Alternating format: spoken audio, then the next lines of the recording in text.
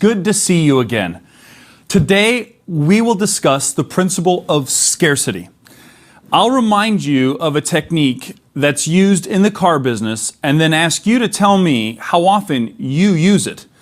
A salesperson says something like this: the car you are looking at today is the same car that someone looked at yesterday.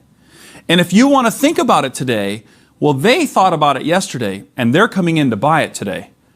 Well, I'm sure you've heard this line or seen this somewhere before.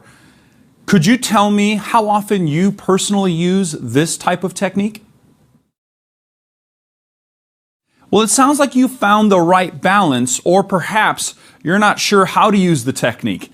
It can be powerful with some customers, but not with others. You'll learn a few great tips to fine-tune your approach.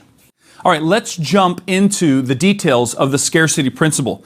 It is probably one of the most overused influencers in the car business.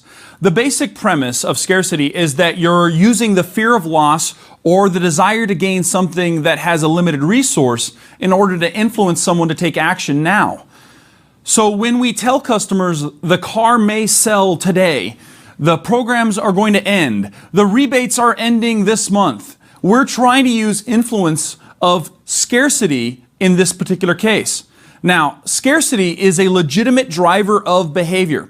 It is one of the core influencers. However, it can be used ineffectively with the wrong customer. So what you have to do is make sure that you're using scarcity with the right person. A scarcity-based buyer is someone who will tip their hand and ask things like this: are there any programs right now, and when do they end? Do you guys have any more of these? We haven't seen many of these, and we've been looking for a long time. If they say things like that, it indicates to me that they believe that this is a limited resource or that they have limited access, which means they're scarcity driven. When I have a scarcity-based buyer, I use scarcity-based language. I say things like, before I show you this car and get too involved with it, I'd like to make sure that this particular one is still available for sale. I don't want to show you guys a car that somebody else is already working a deal on.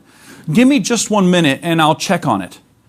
Then, after I return with the keys in hand, I can say, we're in good shape, guys. You're lucky. This car is still available.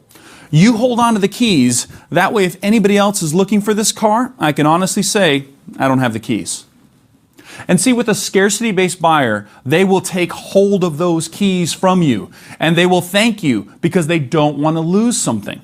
Again, a scarcity-based buyer is somebody who's afraid of the fear of loss.